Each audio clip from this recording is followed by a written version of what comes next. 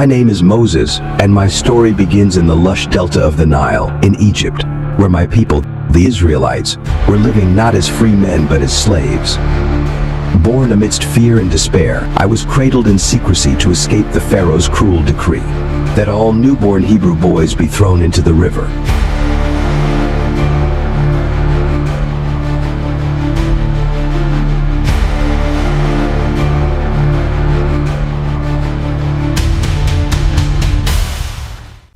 My mother, a woman of faith, hid me for 3 months until she could conceal me no longer.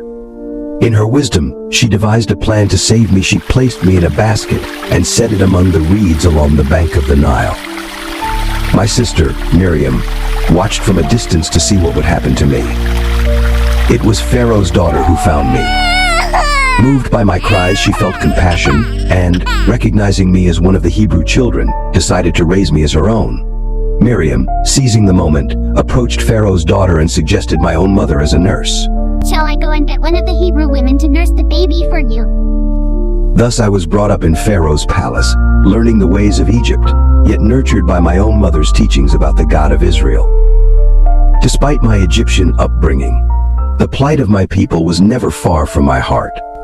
One day, as a grown man, I witnessed an Egyptian beating a Hebrew, one of my own people. Overcome with rage, I struck the Egyptian and killed him. Fearing retribution, I fled into the desert to Midian, where I encountered a new chapter of my life. I found a local well, where I noticed a group of shepherds driving away several women who were trying to draw water for their flocks. My sense of justice, honed but not hardened by my experiences in Egypt, stirred within me. I could not stand idly by. I intervened on behalf of the women, helping them to water their flocks and driving the rude shepherds away. Among these women was Zipporah, one of Jethro's daughters, and I walked with her back to her father's home. Jethro welcomed me with a generosity that was humbling, perhaps seeing in me not just a rescuer of his daughters but someone in search of refuge. It didn't take long for me to realize that I had found a new home, not just in Midian but in the company of Zipporah and her family. Then one day I married Zipporah, which was marked by simple yet profound joys, reflecting the life we were about to embark upon together in Midian.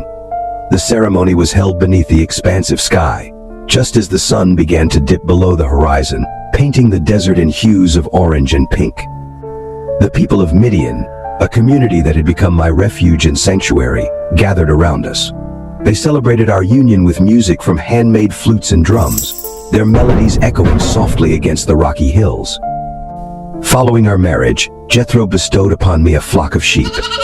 This gift was not merely a means of sustenance but a symbol of the trust and responsibility he placed in me. Tending to this flock required patience and resilience, qualities that life in Midian had been teaching me, slowly and subtly. Each day with the sheep in the open fields under the wide skies was a lesson in humility and stewardship, drawing me closer to the land and its creator. One ordinary day, as I led my flock near Mount Horeb, I stumbled upon a sight that would redefine the course of my life. There, in the rugged solitude, I noticed a bush enveloped in flames. This was not wholly unusual in the dry heat, however. This bush burned without being consumed. Curiosity drew me closer. The flames blazed mysteriously vibrant, yet the branches, leaves, and stems remained intact, green as ever under the fiery dance. As I approached, the air around seemed charged, heavy with a presence that my years in Pharaoh's court had never prepared me for. It was then that I heard my name, called out from within the flames. Moses. Moses.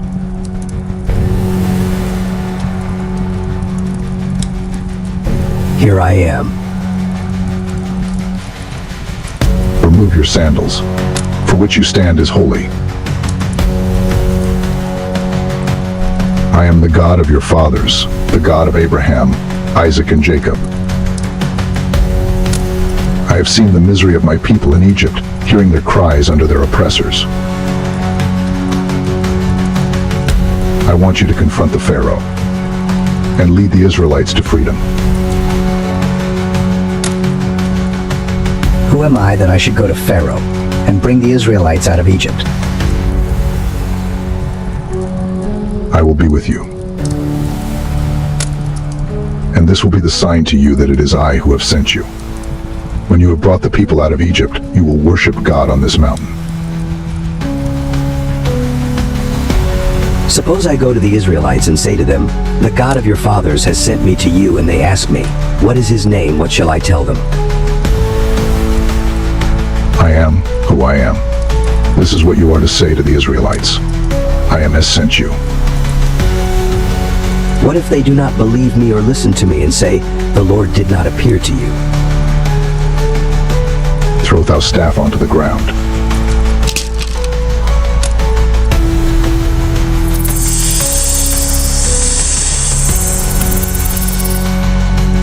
Pick up the snake by its tail.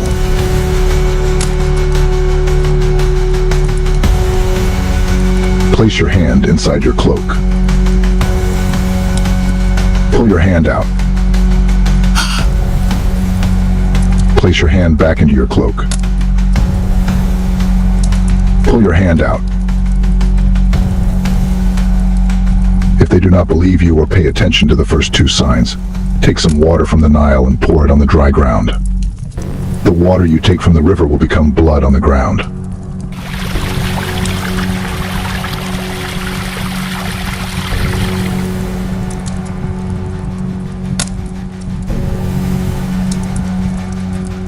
After the burning bush, I left the mountain of God with a heart heavy with responsibility but bolstered by divine assurance. The weight of the task ahead seemed immense, confronting Pharaoh, a ruler of one of the world's mightiest empires, and leading my people, who had been enslaved for so long, to freedom. However, the signs shown to me by God at the burning bush remained vivid in my mind, reinforcing my resolve. As we journeyed towards Egypt, the weight of my mission settled upon me like a heavy cloak.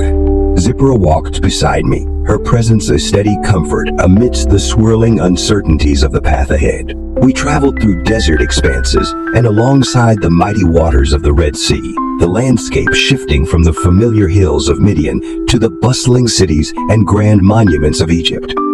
Upon reaching Egypt, I faced the daunting task of confronting Pharaoh. The city hummed with life and oppression, the grandeur of its architecture contrasting sharply with the cries of my enslaved kin. Every step I took towards the palace stirred a tempest of emotions within me, determination mingled with fear, faith intertwined with doubt. But above all, I carried with me the unwavering assurance of God's presence and his promise to deliver my people. Pharaoh's court was a realm of power and splendor, where every word and gesture held weight. Yet, fueled by the divine mandate echoing in my heart, I stood before Pharaoh and spoke with a conviction born from the burning bush. Pharaoh, ruler of Egypt, I come not with my own authority, but as a messenger of the God of the Hebrews. He has seen the affliction of his people and has sent me to demand their release from bondage. Moses, you speak of gods and people I do not concern myself with. The Hebrews are my labor force, essential to the prosperity of Egypt. Why should I let them go at your bidding? The God of our fathers, Abraham, Isaac, and Jacob, has declared, "Let my people go, so that they may hold a feast to me in the wilderness." Feasts and gods. Your people are deluded, Moses. Their work is essential to my empire. They shall not be released. Pharaoh, witness now the power of the God of the Hebrews.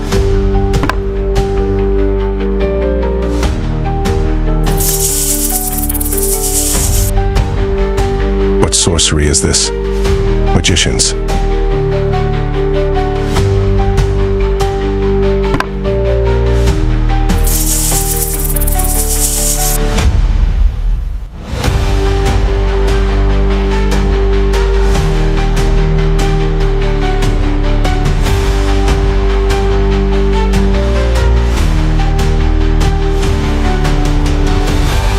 Pharaoh, heed this warning. If you do not obey the command of the Lord, he will bring upon Egypt great plagues that will show his power over all the gods of this land. Plagues? You threaten me with your imaginary gods? I am the Pharaoh. I do not bow to foreign deities or their prophets. It is not I who threatens, but the God who created heaven and earth.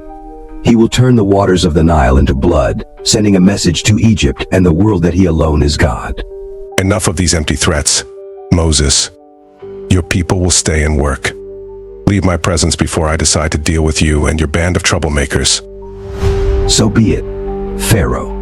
But know this, the God of the Hebrews will show his power, and Egypt will know that he is the Lord. You have been given a chance to release his people. Choose wisely.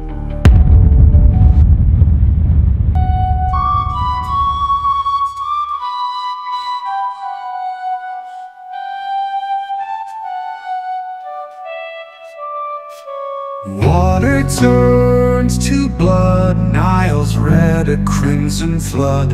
Let my people go. Frogs leap, they fill the land. Pharaoh's heart does yet withstand. Gnats and flies, the buzzing band. Plague land meets God's demand. Livestock struck, disease does spread. Boils rise upon each head. Pharaoh's pride will not bend, yet the plagues persist, they rend. Hail and fire, rain from sky. God's wrath echoes loud and high. Locusts swarm, crops they defy. Pharaoh's kingdom starts to sigh.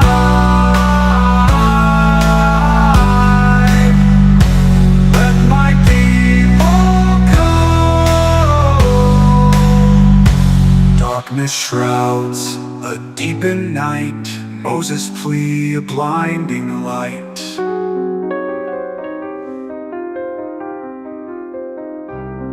Moses, enough of this darkness that blankets my land.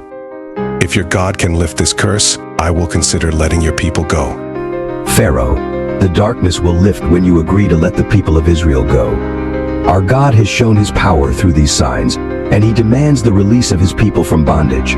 If you continue to resist, more plagues will come upon Egypt. Consider this as a final warning.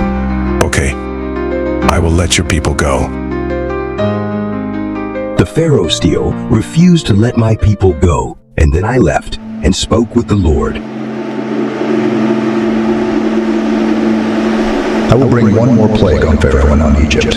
After that, he will let you go from here, and when he does, he will drive you out completely. Saying about midnight, I will go throughout Egypt. Every firstborn son in Egypt will die, from the firstborn son of Pharaoh, who sits on the throne, to the firstborn son of the female slave, who is at her handmill, and all the firstborn of the cattle as well. There will be loud wailing throughout Egypt, worse than there has ever been, or ever will be again. But among the Israelites not a dog will bark at any person or animal. Then you will know that the Lord makes a distinction between Egypt and Israel. Tell the whole community of Israel that they are to take some blood from a lamb and put it on the sides and tops of the door frames of the houses. Pharaoh, thus says the Lord, about midnight I will go throughout Egypt. Every firstborn son in the land of Egypt will die, from the firstborn of Pharaoh, who sits on the throne, to the firstborn of the female slave, who is at her handmill. Even the firstborn of all the livestock will perish. I will not let your people go. After that, the Pharaoh did not let my people go. The angel of death came that day and killed the Pharaoh's son. Go. You and your people can leave Egypt. But finally relented after the devastating 10th plague, the death of every firstborn in Egypt. On that fateful night, we marked our doorposts with lamb's blood as instructed by God, and the angel of death passed over our homes while taking the lives of the Egyptians' firstborn. With great haste, we gathered our belongings and departed Egypt, a nation that had enslaved us for generations. As we marched through the wilderness, guided by a pillar of cloud during the day and a pillar of fire at night, we rejoiced in our newfound freedom. However, our journey was not without challenges. Pharaoh changed his mind and pursued us with his army, trapping us against the shores of the Red Sea. In a moment of divine intervention, God placed a pillar of fire to slow down Pharaoh. Then God parted the waters of the sea, allowing us to cross on dry land. As Pharaoh's army attempted to follow, the waters returned, drowning them and securing our deliverance with hearts full of gratitude and faith. We continued our journey towards the Promised Land, a journey marked by trials and miracles that shaped us into a nation bound by covenant with God.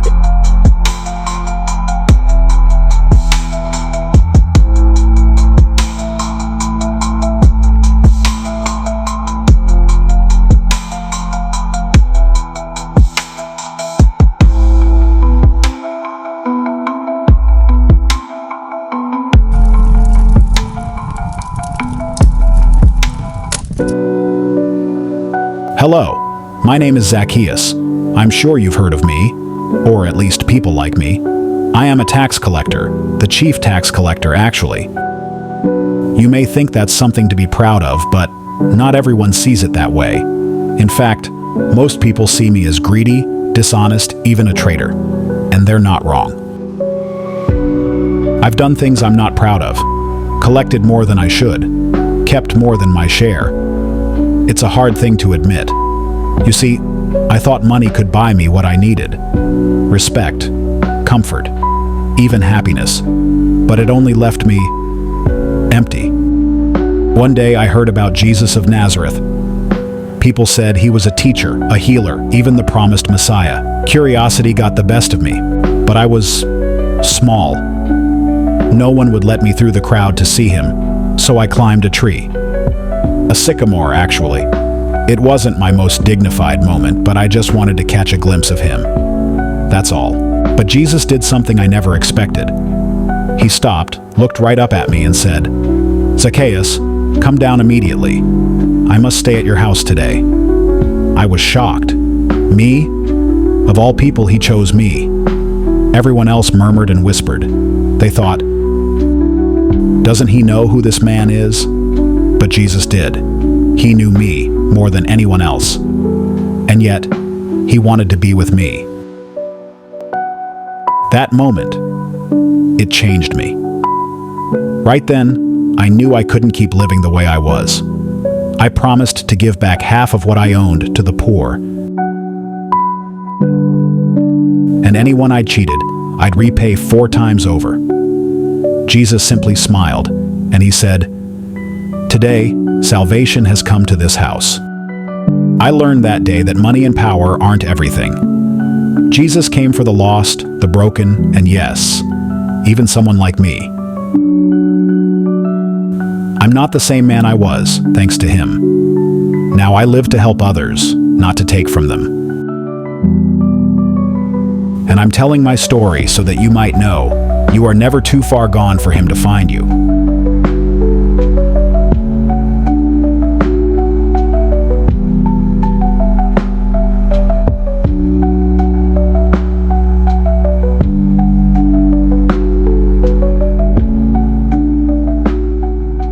I am Jonah, a prophet of the Lord.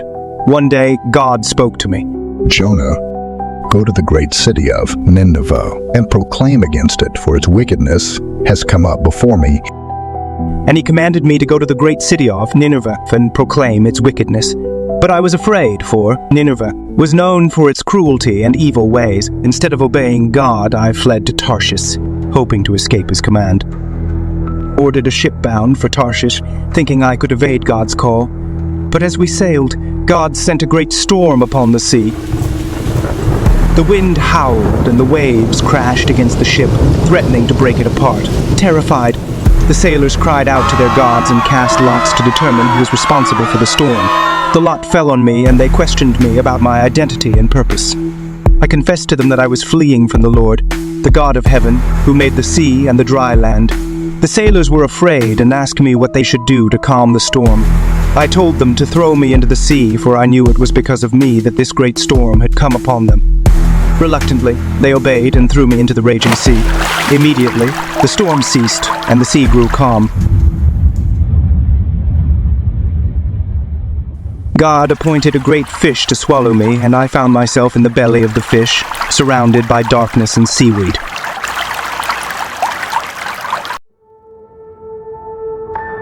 From deep in the realm of the dead I called for help, and you listened to my cry. You hurled me into the depths, into the very heart of the seas, and the currents swirled about me.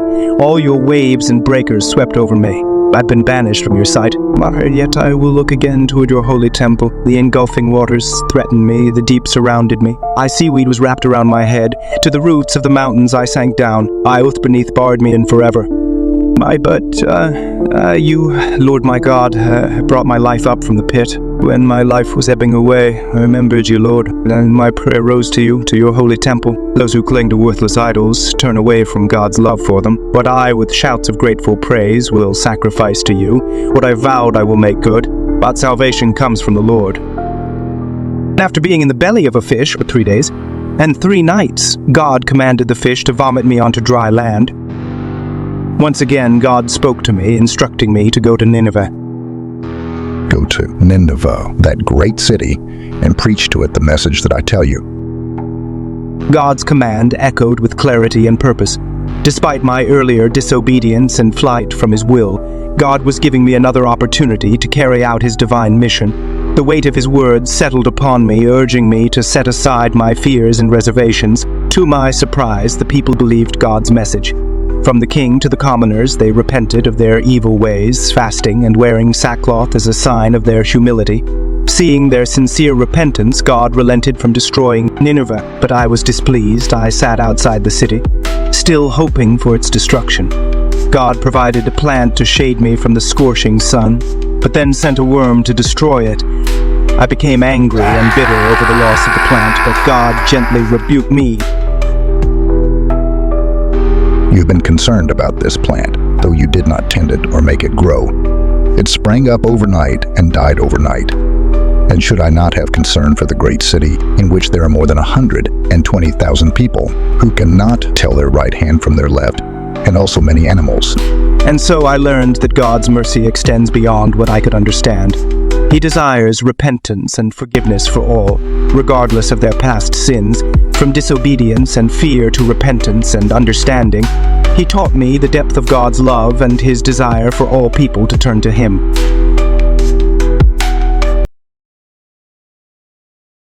Lord, if you had been here, my brother would not have died. Your brother will rise again. Greetings, my friends. My name is Lazarus. You may have heard of me, the man who is dead and yet lives. But today I stand before you, not as a miracle etched in your minds, but as a living man who walked through the valley of death and emerged by the power of God. Let me share with you my story. It began with an illness. At first, it seemed no worse than a fever, but as the days passed, death's shadow grew closer. My sisters, Mary and Martha, sent word to our beloved friend Jesus. Jesus, Lord, the one you love, is sick. I cannot tell you much about what it felt like to die. One moment I was aware of the pain of my sisters' voices calling to me, but then, the next moment, I heard a voice I had heard many times before, the voice of Jesus. 4 days passed, 4 days that Mary and Martha mourned, 4 days my body lay cold and lifeless in the tomb. But when Jesus arrived, He spoke to my sisters, comforting them in their grief. And then He came to my tomb. "Take away the stone," He said. Martha hesitated, for by then the stench of death would have been overwhelming. But Jesus assured her, "Did I not tell you that if you believe, you will see the glory of God?" And then He prayed. Afterward, He called my name again. "Lazarus, come forth."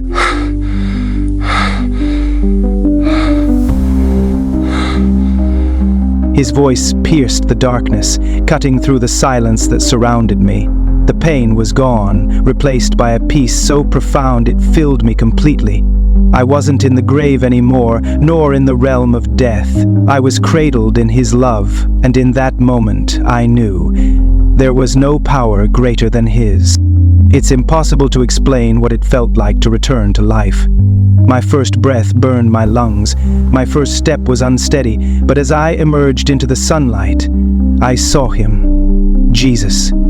And I knew that His voice had pierced the veil of death itself to bring me back. Since that day, my life has never been the same. I am no longer merely a man who was raised from the dead. I am a living testimony to the power and love of Jesus Christ. I have seen His glory not just in the act of resurrection, but in the deep, personal relationship He offers. So I ask you, do you believe? Do you trust that He is the resurrection and the life? For what He did for me, He promises to all who believe in Him.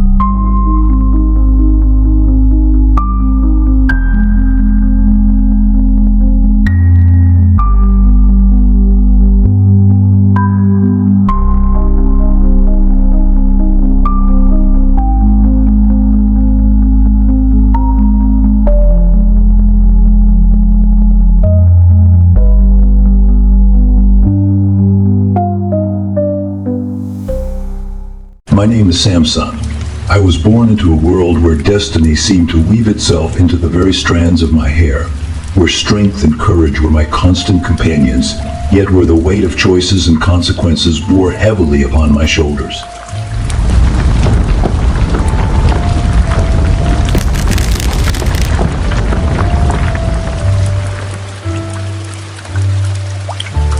From the very moment of my birth, it was clear that I was different. My mother, blessed by an angel, was told that I would be a Nazirite, a servant of God, destined for a special purpose. This sacred vow bound me to a life of abstinence from certain pleasures, forbidding me from cutting my hair and demanding that I uphold purity and dedication to my divine calling. One such moment came when I ventured into the vineyards near Timnah, a young man eager to explore the world beyond the familiar hills of my home. It was there that I first laid eyes upon her, a Philistine maiden whose beauty captivated my heart like the first rays of dawn. Her laughter echoed through the vines as she tended to the grapes, her voice like a melody that danced upon the breeze. Instantly smitten, I resolved to make her mine, heedless of the long-standing enmity between my people, the Israelites, and her kin, the Philistines. With the blessings of my parents, I sought to formalize our union. As we made our way to Timnah to arrange the marriage, a fierce lion suddenly emerged from the dense underbrush, its roar shattering the peace of the countryside. Instinctively, I rushed toward the beast, driven by a surge of adrenaline and a primal urge to protect those around me. In those fleeting moments, as the lion lunged toward me with jaws agape, I felt a surge of divine strength coursing through my veins. With a mighty roar of my own, I seized the lion by its mane. Grappling with the creature in a battle of wills, the beast's muscles strained against mine, its hot breath mingling with the sweat upon my brow. In the throes of that savage struggle, I called upon the God of my forefathers, invoking his name with a fervor born of desperation and faith. With a final surge of strength, I wrestled the lion to the ground, its lifeless form testament to the power that had been bestowed upon me, a power that transcended mortal understanding.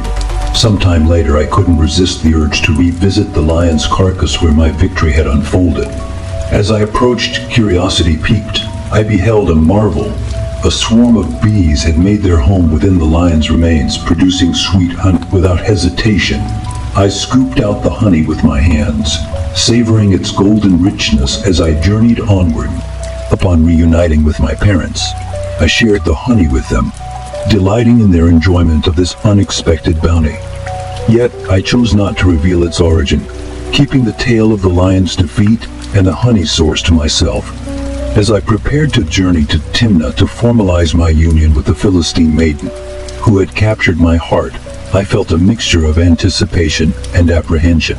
The path ahead was fraught with tension, for I was about to unite with a woman from a people long at odds with my own. As I journeyed to Timnah to take my Philistine bride, my heart swelled with a blend of excitement and trepidation. The air crackled with anticipation as we approached the city, where the celebration of our impending union was to take place. Amidst the festivities, I found myself surrounded by 30 Philistine companions, eager to test my mettle with a challenge of intellect. With a mischievous glint in my eye and a voice resonant with confidence, I posed a riddle to my newfound companions, a puzzle crafted to tease their minds and probe their understanding. Out of the eater came something to eat. Out of the strong came something sweet. The riddle hung in the air, its meaning shrouded in mystery. I watched as the Philistines pondered, their brows furrowed in contemplation, trying to unravel the puzzle I had presented. Little did I know then that this seemingly innocuous exchange would set in motion a series of events that would shape the course of my life and ignite a conflict that would reverberate throughout the land. For days, they struggled in vain to solve it, their frustration growing more apparent with each passing moment. On the fourth day, they resorted to threatening my bride, telling her they would burn her and her father's household if she didn't find out the answer for them. Tears streamed down her face as she pleaded with me to reveal the riddle's secret. Finally, on the seventh day, I relented. I whispered to her the truth. During my travels, I had come across a lion and later found honey in its carcass, an incredible sight that became the basis of my riddle. With a heavy heart, she shared the answer with the Philistine guests. their triumphant return with the correct solution. What is sweeter than honey? What is stronger than a lion? Betrayed her involvement in uncovering my secret. My reaction was swift and cutting. In my frustration and anger, I quipped, "If you had not plowed with my heifer, you would not have solved my riddle." I left the feast in a storm of emotions, journeying to Ashkelon, where I took out my frustration on 30 men to fulfill the wager I had made with them. Returning to Timnah, I hoped to find solace in reuniting with my bride. I envisioned a joyful reunion, but what I found was nothing short of a cruel twist of fate. My heart sank when I learned that she had been given to another man. The betrayal was complete, and my bride was now married to someone else. My dreams of our union were shattered, and I was left to grapple with a profound sense of loss and rage. In my anguish, I resolved to make my pain felt. I couldn't simply let this betrayal go unanswered. I decided to strike back at the Philistines. I needed to make them pay for their deceit. I captured 300 foxes, and with a grim determination, bound their tails in pairs. Between each pair, I placed a firebrand. When the foxes were ready, I set them loose into the Philistines' fields. The flames from the firebrands ignited the crops, vineyards, and olive groves, setting the land ablaze. The fields burned fiercely, the fire consuming everything in its path and leaving behind a trail of destruction. As I watched the flames spread and the smoke rise into the sky, I felt a fleeting sense of satisfaction. Yet, beneath the surface of my rage, the weight of my actions settled heavily on me. Vengeance had brought a temporary sense of relief, but it had also deepened the rift between me and the life I had once hoped for. In the wake of the destruction I had wrought, I needed to retreat from the smoldering remains of Timnah and the fierce anger of the Philistines. My heart still burned with the need to escape, so I went down and stayed in the cleft of the rock of Etam, hoping that a change of scenery might offer some respite. When the Philistines gathered and raided Lehi, the people of Judah confronted them, their voices laced with fear and frustration. "Why have you come up against us?" they demanded. The Philistines responded with a harsh truth. "We have come up to bind Samson, to do to him as he did to us." The men of Judah, numbering around 3,000, came to me at the cleft of the rock of Etam. They said, "Do you not know that the Philistines are rulers over us? What then is this that you have done to us?" I met their eyes with a steely gaze and replied, "As they did to me, so have I done to them." Their response was a bitter revelation. "We have come down to bind you, that we may give you into the hands of the Philistines." In that moment, I felt a pang of betrayal, but I needed their assurance. "Swear to me that you will not attack me yourselves," I demanded. They promised, "No, we will only bind you and give you into their hands. We will surely not kill you." With their word given, they bound me with 2 new ropes and led me up from the rock. When we arrived at Lehi, the Philistines came rushing out with shouts of triumph. It was then that the Spirit of the Lord surged upon me with a force I could not ignore. The ropes binding my arms became like flax that had caught fire. They disintegrated, leaving me free. I scanned the ground and spotted a fresh jawbone of a donkey. I seized it, feeling its rough weight in my hand. Driven by an unstoppable force, I wielded the jawbone with all my might. I struck down 1,000 of the Philistine men, my anger and strength combining in a fury of vengeance. In the aftermath of the battle, I felt a fierce sense of accomplishment, though it came with a heavy heart. The jawbone, now bloodied and battered, lay among the fallen enemies, a testament to the extraordinary struggle I had faced. After that, I left to go to Gaza. Upon arriving in Gaza, I sought refuge in the city's stronghold, finding shelter in a brothel that seemed far removed from the conflicts and betrayals that had plagued my life. I hoped for a moment of peace, but fate had other plans.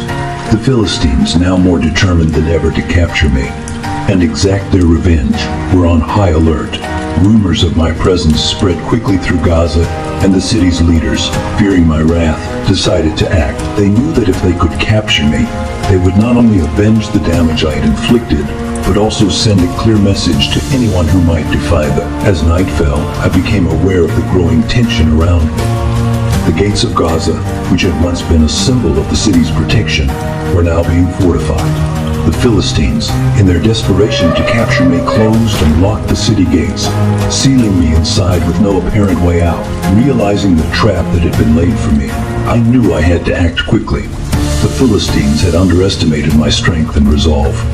As the hours passed and the city's defenses were set, I began to prepare for my escape. The thought of being confined, of my enemies believing they had trapped me, ignited a fierce determination within me. When the time was right, I seized my chance. With a surge of divine strength that seemed to emanate from the very depths of my soul, I approached the city gates. I gripped the massive gates with my hands, my muscles straining against the heavy wood and iron. With a mighty heave, I pulled them free from their hinges, the sound of the gates crashing to the ground, echoing through the night. I carried the gates on my shoulders and made my way to the top of a hill near Hebron, far from Gaza's confine. After my escape from Gaza, I continued my journey, seeking solace and purpose amid the turmoil that engulfed my life. Eventually, I met Delilah, a woman whose beauty and charm captivated me. Little did I know that our meeting would mark the beginning of my downfall. Delilah, driven by her own motives, sought to uncover the source of my strength, a strength that had become both my blessing and my burden.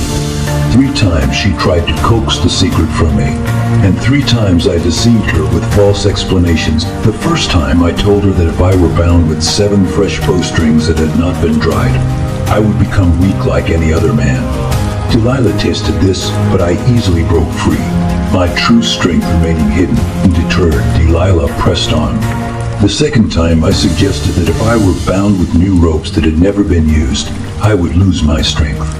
Again, she tested this theory, but once more, I broke free effortlessly, my secret stopped. For the third lie, I told Delilah that if she wove my hair into a loom and fastened it with a pin, I would lose my strength. Delilah tried this as well, but like before, I remained strong and free from her grasp. Yet despite my better judgment and the warning signs, I found myself drawn to Delilah, entangled in a dangerous dance of desire and deceit. With each passing day, her persistence wore down my defenses, until finally, weakened by love and longing, I revealed the truth. I confided in her the secret of my strength, a vow to God that bound my hair, a covenant that held the key to my invincibility.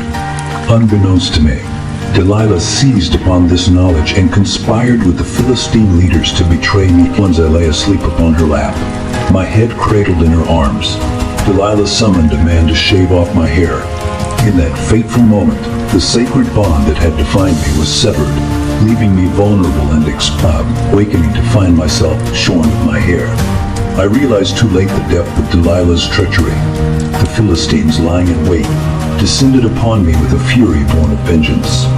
Bound and helpless, I was led away, my strength drained and my spirit broke. In their cruelty, they gouged out my eyes, robbing me of sight and dignity alike. Imprisoned and tormented, I languished in captivity, my thoughts consumed by regret and remorse. I had betrayed my calling, forsaken my purpose, and now faced the consequences of my folly. Yet in the darkness of my despair, a flicker of hope remained.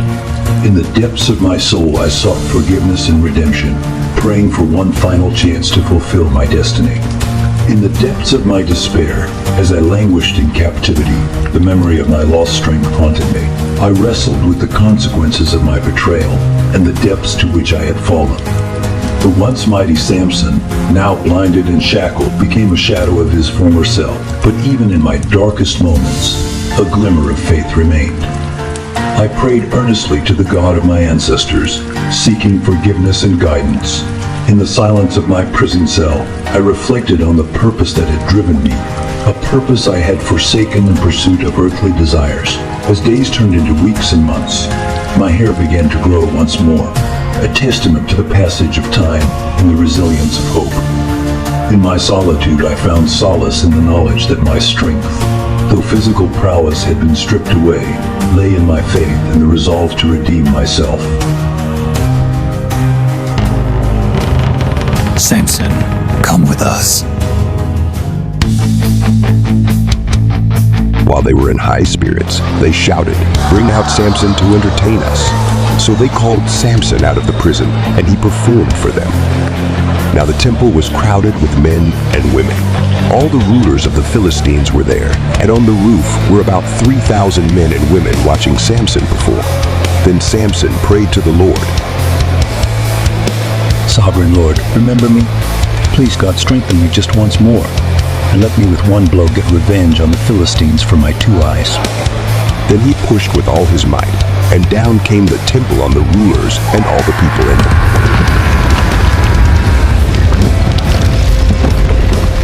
Thus he killed many more when he died than while he lived.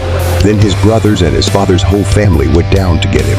They brought him back and buried him between Zorah and Eshtaol in the tomb of Manoah his father. He had led Israel 20 years.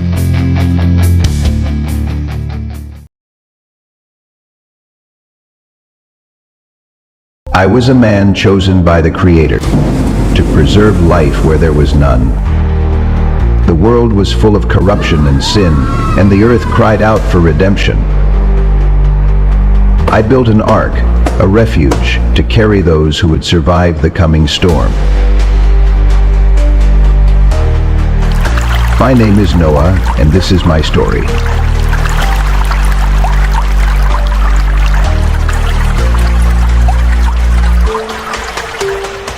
I am Noah, the son of Lamech, and the great-grandson of Methuselah. My story, though often spoken of, is not one of glory or triumph, but of obedience to a God who called me to something unimaginable. And I know, perhaps more than anyone, that the ways of the Lord are beyond our understanding. I lived in a time when the world was full of corruption, the earth was filled with violence, and man had turned away from the Creator. It grieved the Lord. His heart was filled with pain, and so he decided that he would bring an end to all life, for the wickedness of mankind had reached its peak. But I, Noah, found favor in his eyes. Why me? I often asked. I was but a man like any other, living in a broken world. But I walked with God, and he saw my righteousness. One day God spoke to me in a way I had never known. Noah, my faithful servant, the earth has become corrupt, filled with violence and sin. But you have found favor in my eyes. I will bring forth a great flood to cleanse the world, yet I shall preserve life through you. Build an ark of gopher wood, vast and strong.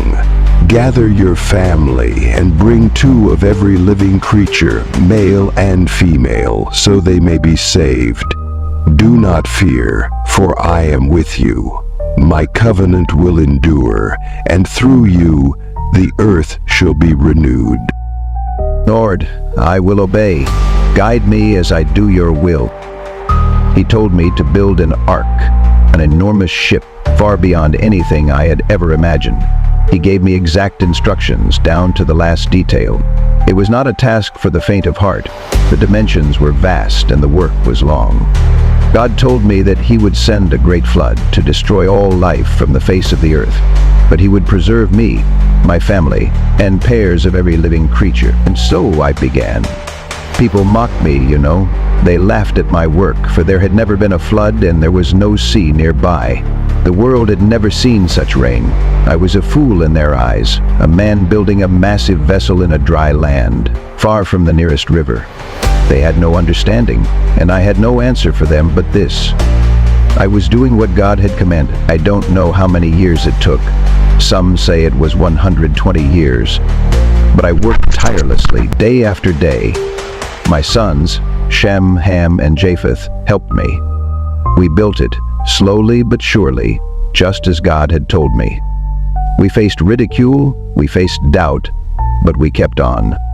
For there was no other way. The day came when the ark was finished, and it was time for us to enter. God told me to bring the animals, 2 of every kind, male and female. The creatures came, as if drawn by some unseen hand, and they entered the ark just as God had said. I've always marveled at that moment, seeing the majestic creatures, large and small, marching toward the ark in perfect order, as if the Lord himself had orchestrated every step. Then the doors were shut, and I stood with my family, waiting. And the sky grew dark, the earth shook, the waters, as God had promised, began to rise. The heavens opened, and rain poured down in torrents as never before. The fountains of the deep were unleashed, and the waters surged up, higher and higher, until the mountains themselves were covered. All life outside the ark perished, swept away by the flood. For 40 days and 40 nights the rain fell. The ark floated on the waters, and we could only wait, knowing that we were preserved by the hand of God. There were times when it seemed endless. The world had been wiped clean, and only we, with the animals, remained. And the waters began to recede. I sent out a raven, but it did not return. Then I sent a dove. It came back, its beak carrying a freshly plucked olive leaf. A sign that the earth was being restored. I sent out the dove again, and this time it did not return. It was time. We emerged from the ark, stepping onto the earth that had been made new. The land was wet, the sky was clear, and a rainbow appeared, a beautiful and vivid sign from God. The Lord said, "This is the sign of the covenant I am making between me and you and every living creature with you, a covenant for all generations to come. I have set my rainbow in the clouds, and it will be the sign of the covenant between me and the earth." God had saved us, and he promised never again to destroy the earth with a flood. It was a new beginning, though not without its challenges. I built an altar and made sacrifices to the Lord, offering him thanks for his mercy. And God blessed me, saying, "Be fruitful and increase in number and fill the earth." But I must confess, even after all that had happened, I was not without fault. I became drunk on wine one day, and I uncovered myself in my tent. My son Ham saw me in my shame, and his actions brought a curse upon his descendants. I cannot escape the reality of my own imperfections. Yet, despite everything, the Lord remained faithful. He preserved us through the storm, and he continues to be a God of mercy and grace. I am Noah, a man who obeyed the call of God, even when it seemed foolish. I have seen the wrath of God and the mercy of God, and I have witnessed his faithfulness through it all. My story is not just about the flood, but about the promise of hope that follows the storm. And that, I believe, is the true legacy of my life.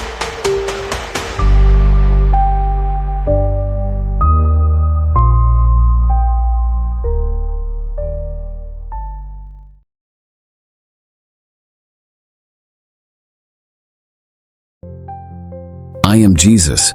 I will tell you a parable. A man prepared to go on a journey.